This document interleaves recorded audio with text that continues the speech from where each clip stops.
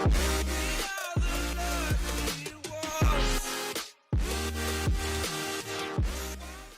guys, welcome back to my channel. Today I'm going to be showing you how the execute command works. So first of all, let me tell you what this video won't cover. Execute. I won't cover execute aligned. Execute aligned. Then also execute store, because that's extremely complicated, deserves its own video. And also execute if predicate. So let's get the first. So first, let's start with the easiest command, run. It just runs a command. If I just run say hi, it just runs it. It just runs it. Done. Okay, so that's not very interesting. Let's get into the interesting stuff. So next is execute as, which is really like good. So if I do execute as, and then after you put in all of your arguments, these are what it's like the sub commands, that's what it's called, then you always have to have, most of the time you have to have a run at the end, but for now let's just say always, because I don't want to over confuse you.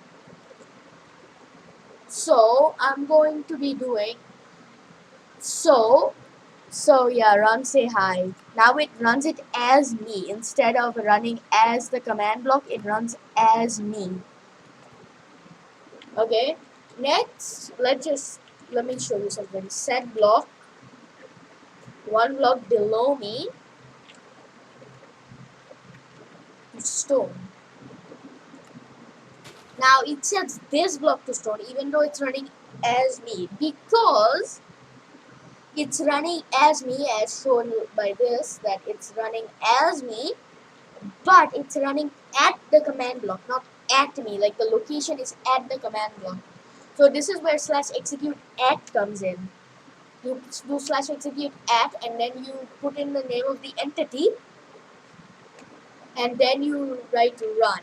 Then just say, wait, no, set block. If I do set block again,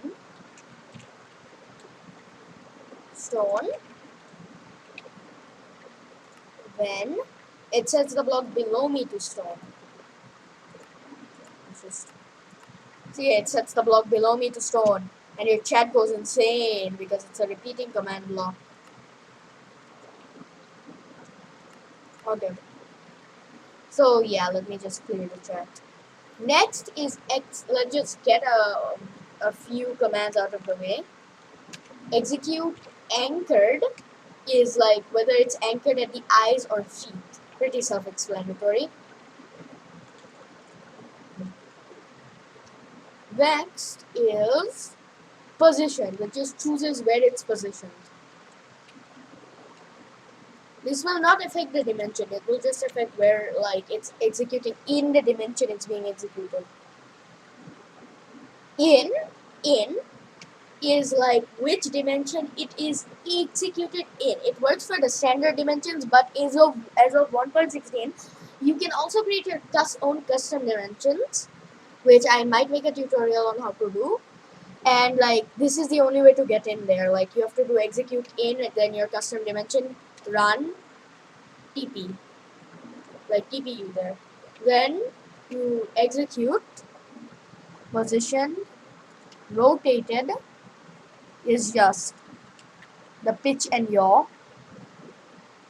Like you can add the pitch and yaw, and then also you can add as, and then as an entity.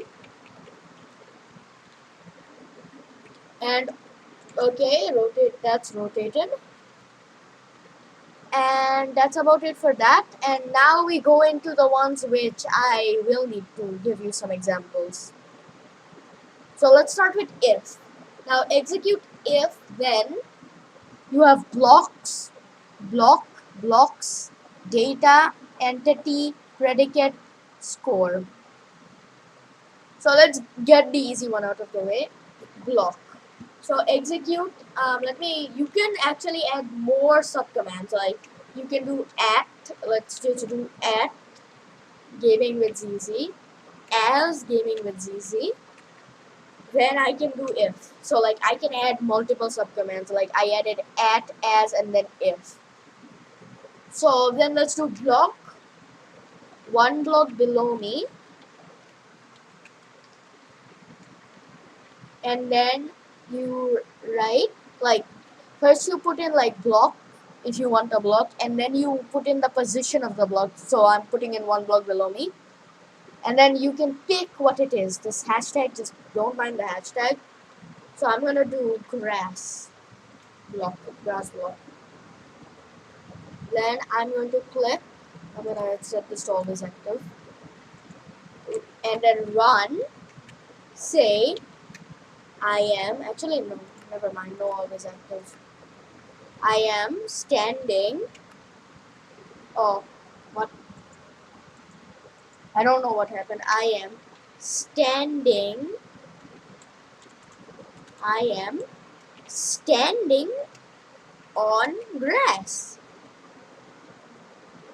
Now, if I put that in, see if I'm standing on grass, if the block, one block below me is grass, then it will say I'm standing on grass. But if it's not grass, then it will say nothing. It will say nothing. It will just say nothing. So yeah, that's pretty easy. So slash execute if blocks is just basically block but with a range. Then you hardly ever use that.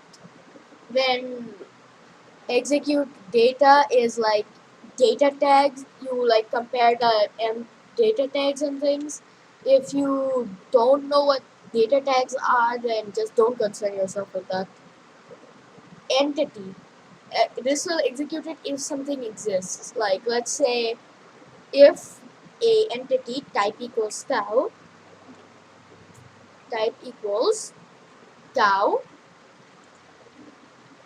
so if this thing exists, then run say cow exists.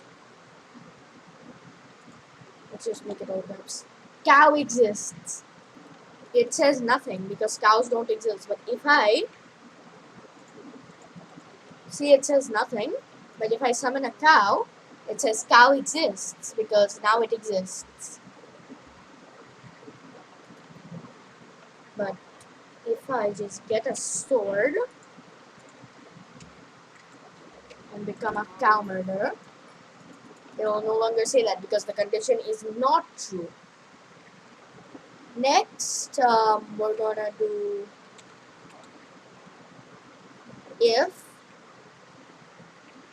predicate. Now this is, I told you, we're not covering this, too complicated.